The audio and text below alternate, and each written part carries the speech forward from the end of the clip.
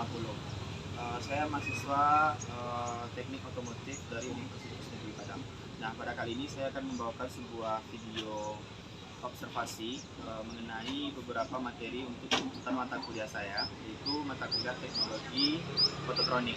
Nah, pada video kali ini saya akan membawakan 3 sub materi. Yang pertama yaitu adalah materi EV, apa saja sensor dan aktuator yang bekerja pada sistem EV. Dan yang kedua adalah SRS airbag, di mana sistem pengamanan pasif yang ada pada SRS airbag.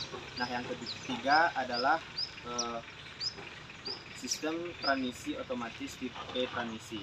Nah, untuk itu mari kita review ketiga materi tersebut di bengkel yang berdekatan dengan bengkel Arik Service ini. Nah, untuk itu mari kita cek ke dalam.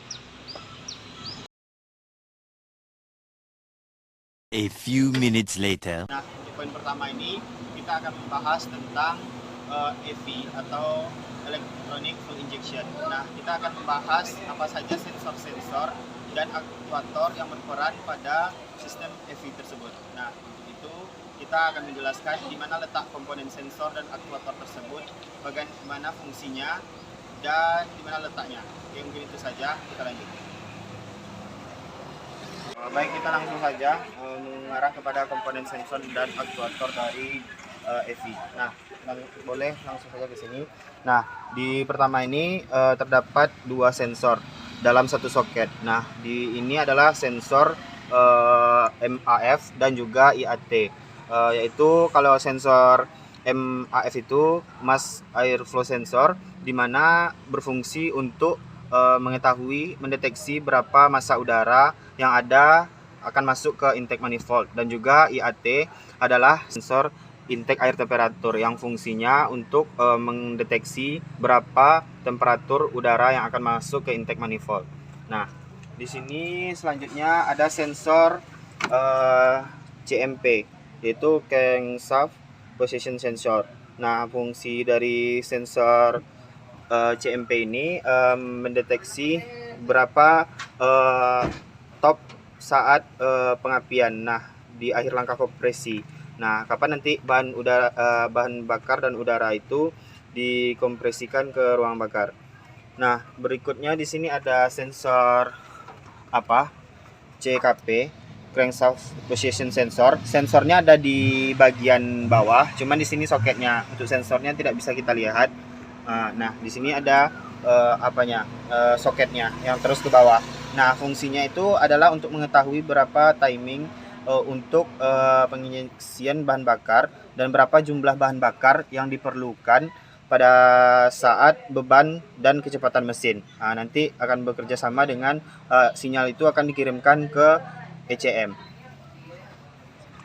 Nah, di sini berikutnya ada sensor dan aktuator yang tergabung, yaitu ETCS, yaitu yang pertama Electronic Throttle Control System. Nah, itu fungsinya untuk memberikan bukaan terhadap katup throttle pada saat pedal gas diinjak. Dan juga ada sensor TPS sensor, Throttle Position Sensor, di mana sensor TPS ini untuk mengatur atau mendeteksi bukaan sudut katup gas. Baik, kita akan lanjut ke aktuator selanjutnya. Di sini ada pulsation damper yang fungsinya untuk mengatur fluktuasi bahan bakar di dalam delivery pipe saat injektor bekerja. Nah, kita masuk ke injektor berikutnya. Di sini terdapat injektor berjumlah 4, 1, 2, 3, dan 4, karena memiliki 4 silinder dan memiliki 4 injektor. Nah, injektor ini berfungsi untuk menyemprotkan bahan bakar ke ruang bakar yang akan diperintahkan oleh ECM. Nah, berikutnya masih ada sensor, cuman letaknya agak tertutup. Nah, di belakang di sini tidak bisa kita lihat, cuman di belakang di sini tertutup ada sensor WTS, yaitu Water Temperature Sensor, yang fungsinya untuk mendeteksi berapa derajat kondisi mesin. Nah, itu fungsinya nanti akan bekerja ke aktuatornya, yaitu ada bagian termostat. Nah, di situ nanti akan bekerja dan sistem pendingin akan bekerja. Nah, berikutnya di sini ada sensor knob sensor. pada bagian ini, cuman tertutup oleh saluran intake ini. Nah, cuman kita sebutkan saja fungsinya. Sensor itu berfungsi untuk mendeteksi knocking dan atau detonasi yang terjadi pada mesin. Itu disebabkan knocking itu karena pengapian yang terlalu cepat atau terlalu lambat, atau juga oktan dari bahan bakar yang digunakan terlalu rendah, sehingga nanti untuk mencegah knocking itu, nanti sensor knocking akan mendeteksinya dan mengirimkan sinyal ke ECM untuk mengatur beberapa nanti sistem mengatur timing pengapian. Nah, di sini masih ada satu sensor lagi. Di sini cuman tidak nampak. Pada bagian saluran exhaust ini terdapat oksigen sensor atau O2 sensor. Letaknya di sini, cuman tidak nampak karena tertutup. Nah, fungsinya itu adalah untuk mendeteksi berapa emisi yang akan dikeluarkan oleh mobil ini pada saat hidup. Nah, mungkin itulah bentuk pengenalan dari komponen dan sensor dan aktuator dari sistem EV pada mobil Kijang Toyota 2017 ini. Berikut ini adalah perangkat ignition coil, dimana di sini tipenya sudah satu busi satu coil. Nah, di bawah ini terdapat busi untuk pengapiannya. Nah, di sini coil ini berfungsi untuk merubah tegangan dari pengapian 12 volt menjadi 24.000 volt. Komponen berikutnya adalah ECM, Electronic Control Module. Fungsinya di sini adalah sebagai otak pengeksekusi dari segala perintah, untuk mengusik segala perintah ke aktuator dan menerima segala sinyal input dari sensor-sensor. Dia adalah merupakan otak dari sistem EV.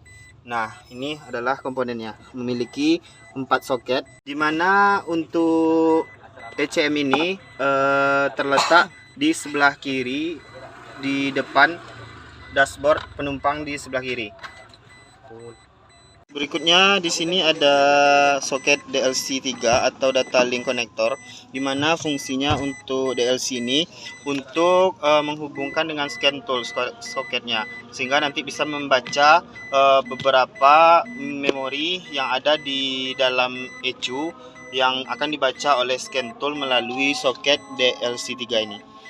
Baik, ada selanjutnya, aktuator selanjutnya adalah lampu indikator check emil atau check engine-nya. Nah, di saat kita menghidupkan kunci kontak, nah di sini terdapat lampu indikator, di mana lampu indikator check engine itu yang berwarna oranye.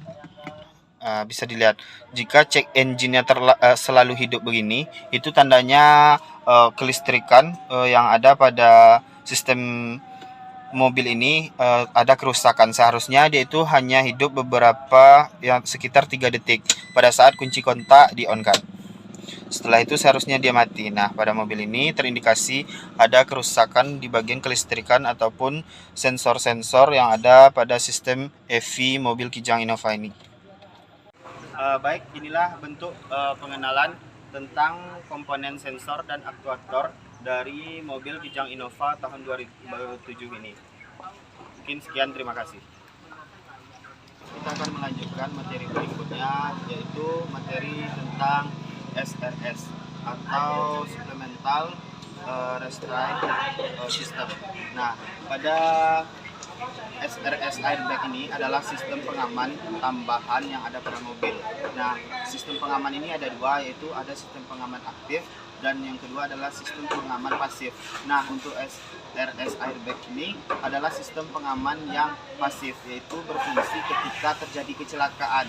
Sedangkan untuk sistem pengaman aktif ini adalah mencegah sebelum terjadinya kecelakaan. Jadi itu bedanya. Nah, untuk pada bagian sistem airbag SRS ini kita akan menjelaskan beberapa bentuk sistem pengamanan pasif yang ada pada mobil Kijang Innova tahun 2007 ini.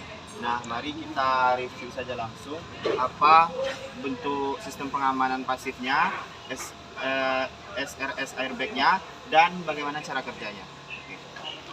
Di sini kita akan menjelaskan di mana posisi dari SRS airbag ini. Nah, yang pertama itu adalah drift airbag.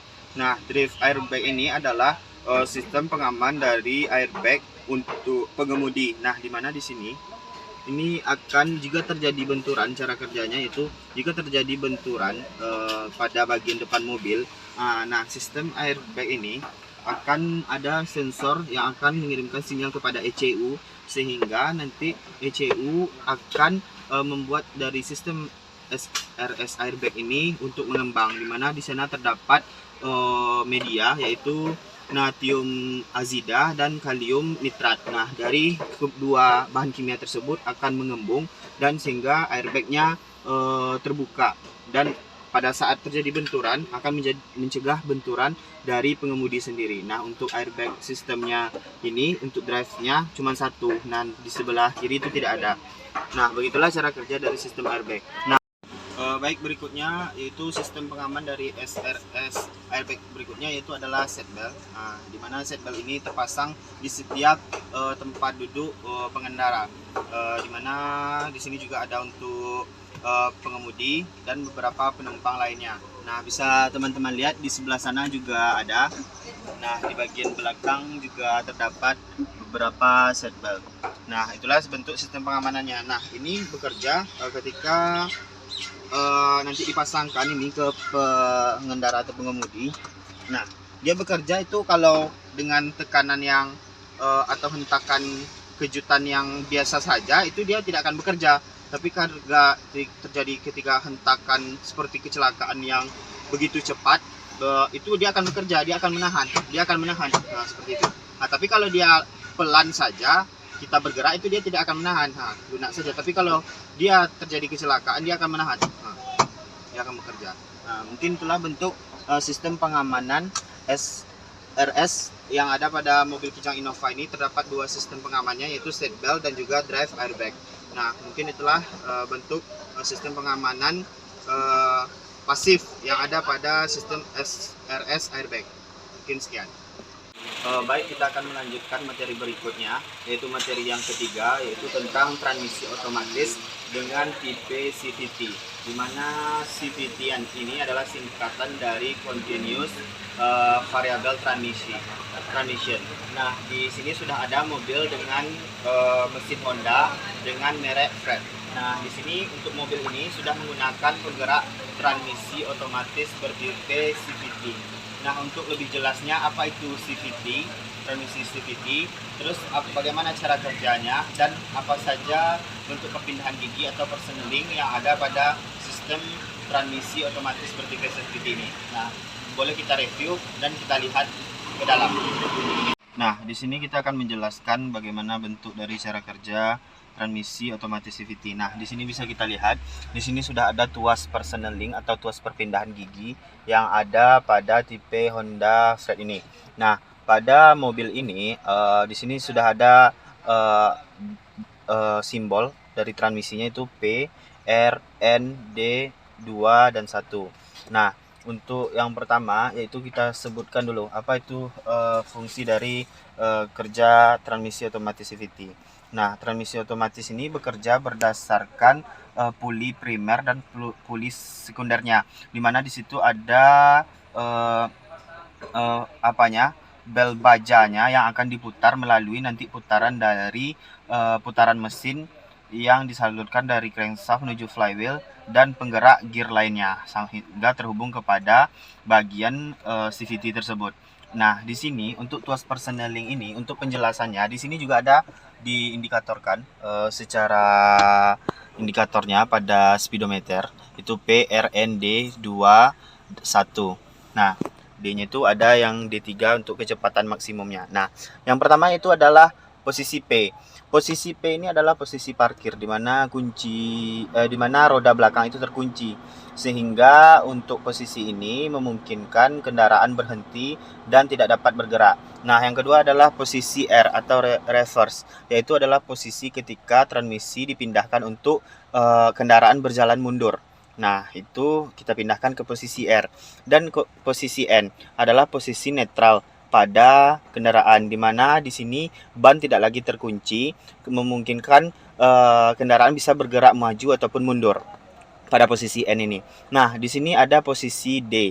Di posisi D ini adalah posisi disebut juga dengan drive, di mana itu adalah posisi kita untuk bergerak. Nah, posisinya ini ada dari 1, 2, dan juga 3. Ini adalah di D ini adalah kecepatan maksimumnya. Di 1 ini adalah biasanya ada juga beberapa mobil dengan transmisi otomatis itu disimbolkan dengan L, yaitu adalah low, yaitu kecepatannya rendah, yang paling rendah. Nah, biasanya digunakan untuk pertama kali bergerak oleh kendaraan ataupun untuk menjalani jalanan yang lebih menanjak. Nah, itu biasanya. Dan untuk kecepatan maksimum di jalan yang lurus biasanya menggunakan posisi D ini. Dan kita bisa mengatur tuas persnelingnya sesuai dengan kebutuhan kecepatan mesin dan beban mesin yang kita gunakan.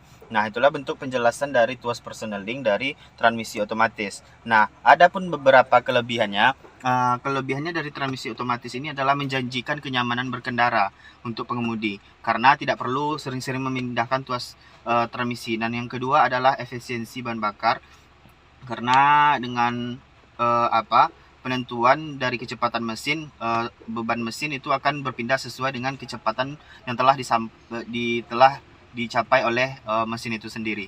Nah, yang ketiga yaitu sistem transmisi otomatis ini perpindahan giginya lebih halus dibandingkan dengan sistem transmisi yang manual. Nah, itulah beberapa kelebihannya. Dan kekurangannya itu kalau transmisi otomatis ini tidak cocok untuk mobil dengan tenaga yang lebih besar seperti truk ataupun bus, itu kurang cocok karena akan mengurangi tenaga dari putaran mesin.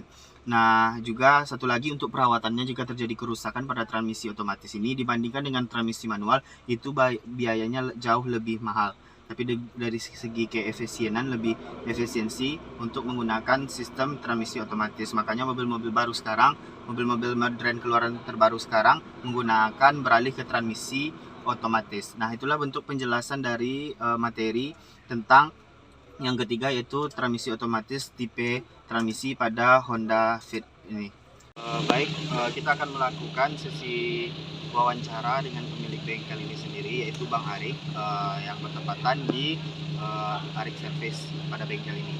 Nah, mungkin langsung saja Bang, kami akan melakukan sesi wawancara. Nah Bang, untuk pertanyaan yang pertama nih Bang, Bang, jika SRS drive airbag ini telah digunakan pada mobil yang telah melakukan atau telah terjadi kecelakaan, apakah untuk kecelakaan yang terjadi berikutnya itu SRS airbag ini dapat bekerja kembali atau perlu pergantian SRS berikutnya?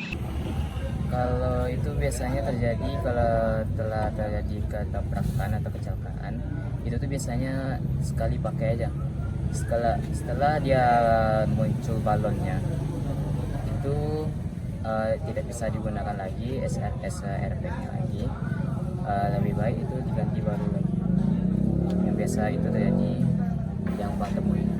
Baik Bang, terima kasih Bang. Oke, nah untuk pertanyaan yang kedua nih Bang, bagaimana sih Bang kendala kerusakan yang sering Abang jumpai pada mobil dengan sistem bahan bakar EV, dari segi kerusakannya pada sensor ataupun alternatornya Bang? Itu biasanya terjadi itu sensor CKP yang mulai lemah. Sensor CKP itu terkadang dia hidup pagi susah. Terus ketika dibawa jalan udah beberapa jam untuk perjalanan, itu tuh biasanya kadang-kadang mati sendiri mobil. Nah, itu terpaksa lagi dimatikan mobilnya, lalu di start lagi baru bisa hidup ya. Itu terjadi misalnya sensor CKP-nya udah lemah. Terus kalau misalnya sistem bahan bakarnya itu saringan bahan bakarnya itu udah mulai mampet atau macet bahan bakarnya menuju ke mesinnya, itu biasanya diganti saringan minyaknya aja. Kalau untuk usia dari pompa bahan bakarnya itu tuh ada sekitaran 200 km lah. Itu tuh udah bisa untuk mengganti pompa minyaknya. 200 km. Ya. Pokoknya penggantian servis bekalannya sekitaran 5 tahun. 5 tahun itu udah banyak yang kendala tuh di mobil itu patut diganti semuanya kalau bisa di sini. Baik, situ juga ada rekomendasi yang diberikan oleh Bang Arik sendiri untuk servis berkalanya itu dilakukan seminim mungkin sekali 5 tahun, dan juga untuk penggunaan filter udaranya itu dengan jarak 200 km. Nah, juga untuk bagian sensor yang sering rusak itu sudah disampaikan tadi oleh Bang Arik, yaitu bagian sensor CKP-nya yang mulai lemah. Dan itulah bentuk kerusakan yang sering pada EV. Nah, kami lanjut ke pertanyaan yang ketiga nih, Bang. Bang, pada tuas personeling pada transmisi otomatis itu terdapat tanda atau simbol personeling, yaitu simbol S dan L, Bang. Apa sih kegunaannya biar orang awam juga mengerti? Kan juga jarang yang mengerti dari simbol S dan L. Kalau simbol S itu biasanya untuk istilahnya kepanjangannya itu adalah sport, untuk mobil yang bisa melaju kencang, tidak sesuai dengan simbol D. Kalau D untuk biasanya semacam pembawaan santai. Kalau D itu biasanya dari gigi 1 sampai gigi 5. Kalau sport itu biasanya untuk orang yang mau cepat atau ingin balap, atau bisa pakai itu. Dan bisa juga itu S itu dijadikan manual, ya sifatnya itu traveling matic ya. Jadi bisa untuk mengganti giginya secara manual. Kalau L itu biasanya untuk pendakian di gigi 1 sampai gigi 2. Kalau itu dimasukkan di pendakian itu cocoknya di L. Kalau untuk D itu agak sulit untuk mendaki. Kadang dia slip bannya, jadi nggak terlalu sesuai dengan tanjakannya. Itu sesuai dengan D dengan kondisi jalannya. Itu setelah disampaikan bahwa terdapat pada simbol S dan L. Nah, untuk fungsi L sendiri itu untuk sport, mana untuk kecepatan di atas rata-rata, untuk pengemudinya lebih ingin cepat, dan L itu lebih difungsikan untuk kondisi jalan yang menanjak, lebih pas daripada posisi simbol transmisi personelingnya yang di posisi D, sekitaran gigi 1 sampai 5. Nah, Bang, kami juga mau bertanya nih, Bang, satu lagi. Di mana sih, Bang, alamat bengkel dan nama bengkel Abang? Ini di Jalan Dr. Ahmad Mukhtar di Parku Tabi, sebelah Asrama Haji. Nama bengkelnya itu Arik Service.